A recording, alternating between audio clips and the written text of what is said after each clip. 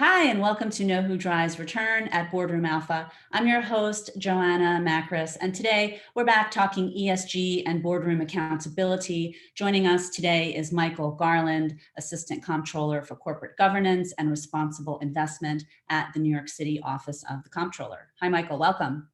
Hi, Joanna. Welcome. Thanks for having me on. Great to have you here.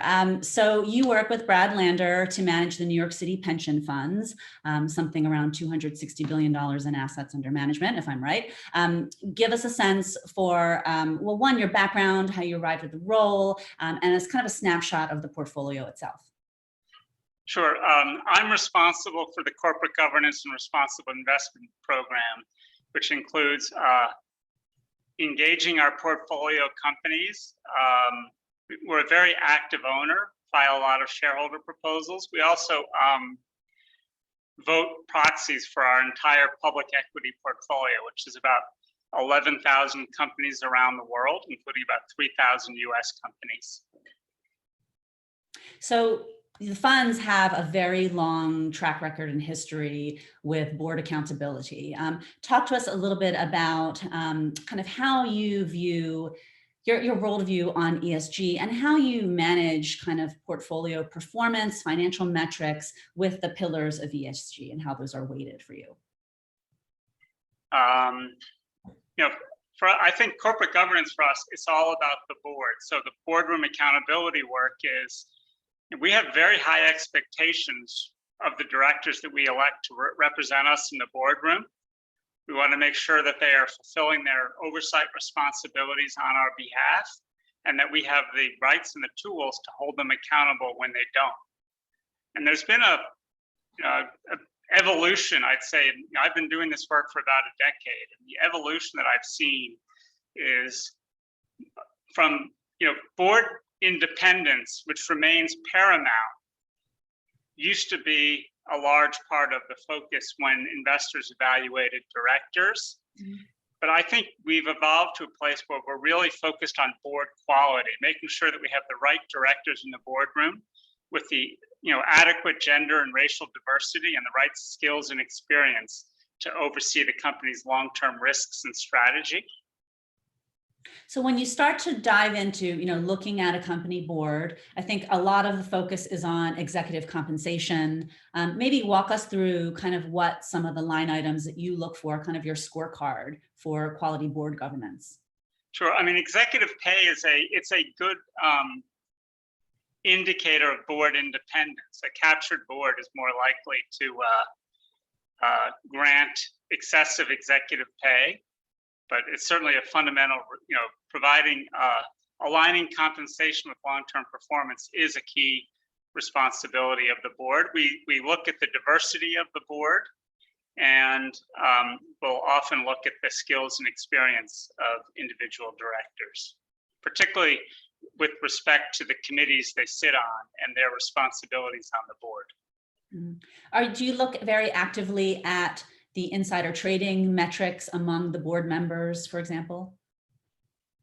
Not routinely. I mean, we want to make sure that companies have policies. In fact, we've been quite active on reform of 10b5-1 plans, which are put in place to give a safe harbor to executives and directors in terms of insider trading. And the SEC just proposed some reforms to 10b5-1 plans, and Comptroller Lander submitted a comment with respect.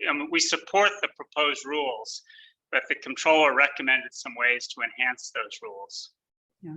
If you kind of give us a high-level take at the activities, ongoing activities among the various proxy votes that you're involved in across your portfolio of companies, what are kind of the most important issues that you're seeking change on? I would say most of our, it's an odd question. It's a good question, but I'd bifurcate it. In terms of proxy voting, we're tend to be quite supportive of shareholder proposals on environmental and social issues, much more so than the proxy advisors. But in terms of things we're trying to change, I think that speaks more to our own activism, which has focused largely on human capital management, and board and employment diversity, particularly with respect to senior executive diversity. And at those companies that are, I'd call them systemically important carbon emitters, climate risk oversight and disclosure is paramount. Right. You mentioned kind of a divergence between the way you look at the world and maybe some of the proxy advisory firms. How do you think, your worldview may be different, and what are some of the issues that you think you're more stringent on? Where is that divergence really? I think we tend to be a little more comfortable voting against management particularly on shareholder. We're much more supportive of shareholder proposals generally. And then, we seek to hold directors accountable for oversight failures with respect to, climate risk or, human capital management failures. And then clearly on executive pay, we're very proud of our voting record on executive compensation, which is very complex. Right. Going to the human capital management arena, you have a highly publicized campaign at Amazon where you, along with New York State and others, are trying to unseat 2 board members at Amazon responsible for human capital management. You've talked a lot about health and safety concerns. Kind of give us the context and background of that situation. Sure. We have, Amazon, I think it's now the second largest employer in maybe in the world. They have 1.6 million employees worldwide. We've attempted to engage with the Amazon board on health and safety related issues since 2020. Initially, it was with respect to COVID related health and safety. And we filed a shareholder proposal for last year's annual meeting on COVID related health and safety. The company requested and received permission from the SEC to exclude that proposal from its proxy statement. They also tried to exclude this year's proposal on racial and gender disparities in their high injury rates. But fortunately, the company was unsuccessful, and shareholders will have an opportunity to vote on the responsibility to vote on that proposal at their annual meeting on later this month. Yeah, I found that very interesting that they, refused a meeting and are now being held to the fire. Talk to us a little bit more about when you talk about gender diversity, inclusivity, what do you like to see in terms of the board and the workforce? And what do people talk about greater transparency and accountability from the companies? What are some of the data and metrics that you want to see from these companies? Sure. First of all, I think disclosure is critical. And with respect to the board, what we like to see is, and in fact, filed shareholder proposals this season, we like to see good disclosure, on a director-specific basis. What is the self-identified race and ethnicity of individual directors? I mean, you can sort of guess at gender, but even that's imperfect. Unless companies tell us, we don't know, which directors on their board are diverse or not diverse. Yeah, I mean, why do you think there is this lack of transparency right now? I think that I'm not sure that directors view it this way. I think management is often reluctant to ask their directors to provide that disclosure. What we tend to see is aggregate disclosure. So companies will say that 15% of our directors are Black and 25% are women, but it doesn't allow us to. We don't know which directors those are. Yeah. Who do you, when you think about, and this doesn't have to be within the portfolio of companies, but in general, who do you think is doing a good job? Where do you see, companies making some positive strides towards greater transparency? We tend to look for outliers. I mean, Microsoft's a company that has good disclosure generally, but most of our active ownership initiatives tend to be on laggards. Yeah.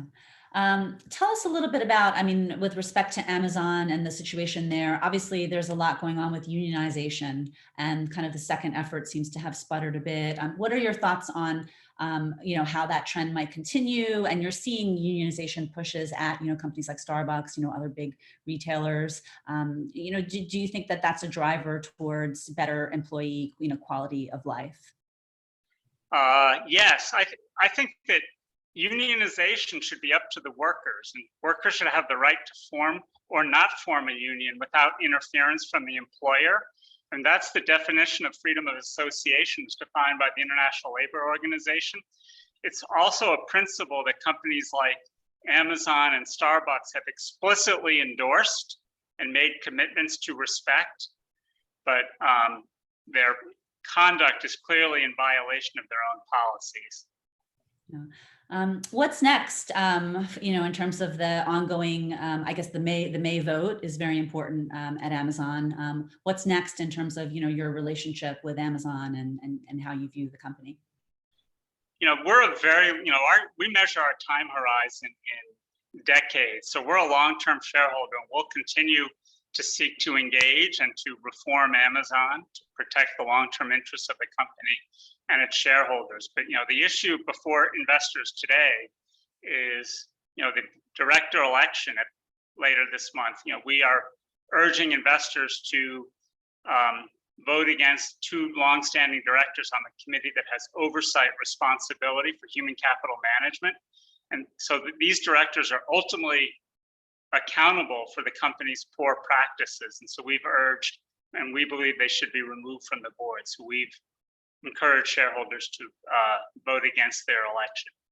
And what kind of performance metrics would you like to see in, let's say, Amazon refreshes the board? What would you like to see to get a sense that the human capital management situation is improving or achieving greater transparency?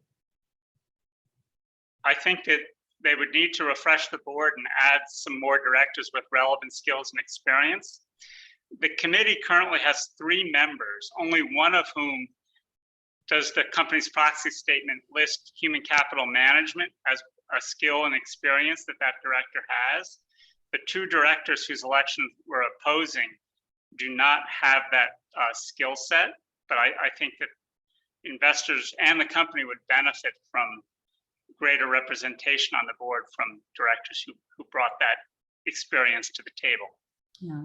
When you think about the funds as a whole and how, your kind of investment approach going forward, what are some of the other issues that you think you want to kind of move the lever a little bit in terms of your portfolio companies? Comptroller Lander has prioritized diversity, which has been a longstanding priority for the systems. I should mention that the controller does have the ability to set priorities, but he doesn't have unilateral authority. We're a system of 5 different pension funds, each with their boards. So, the controller will make recommendations to the systems regarding priorities, and the trustees have been extremely supportive of diversity initiatives to date. Right. Are there any other upcoming votes that you think could be a catalyst for some change that you can talk about?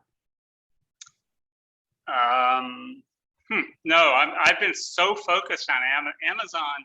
It's such a consequential vote at such a consequential company. I think the company's labor practices and the board's oversight thereof set the tone for the market. Yeah. Have they done anything positive or constructive, since your initial filing and proposal in December? They put out a health and safety report that has not helped, which is, I think, in response to investor demands, but it hasn't helped us assess whether other sources have reported that not only are their injury rates higher than their peers, but the rate of serious injuries is higher than at other warehouses. Mm-hmm. So do you think that they would be in a position to either change, protocols internally? What would you like to see? I think that management has to change protocols internally, and I think it's up to the board to hold management's feet to the fire to do that. Right. Absolutely. This is a company, they have a quota, and they have all these systems for mass managing their workforce, which puts extraordinary pressure on its workers, which has resulted in high injury rates and high turnover, and is likely leading to the drive by workers to seek a union. Yeah. What else would you say? I mean, you obviously have a voice to, shareholders ahead of this vote. What are some of the key considerations or points that you would outline ahead of that vote? I think that the investor community generally has been talking about the importance of human capital management. I think that investors should put their votes where their mouth is, that this is a critical opportunity to put that to a test. I mean, just to underscore the attention that human capital management has gotten, we've been part of a group of investors that petitioned the SEC for rules to enhance disclosure with respect to human capital management. And Chair Gensler has voiced support for that. I think we expect the SEC to issue proposed rules, hopefully in the coming weeks, that will enhance disclosure of human capital management. Agreed. Thank you so much, Michael. I appreciate your time and insight, and we'll be watching at that vote coming up. Great. Thank you, Joanne. Thanks again.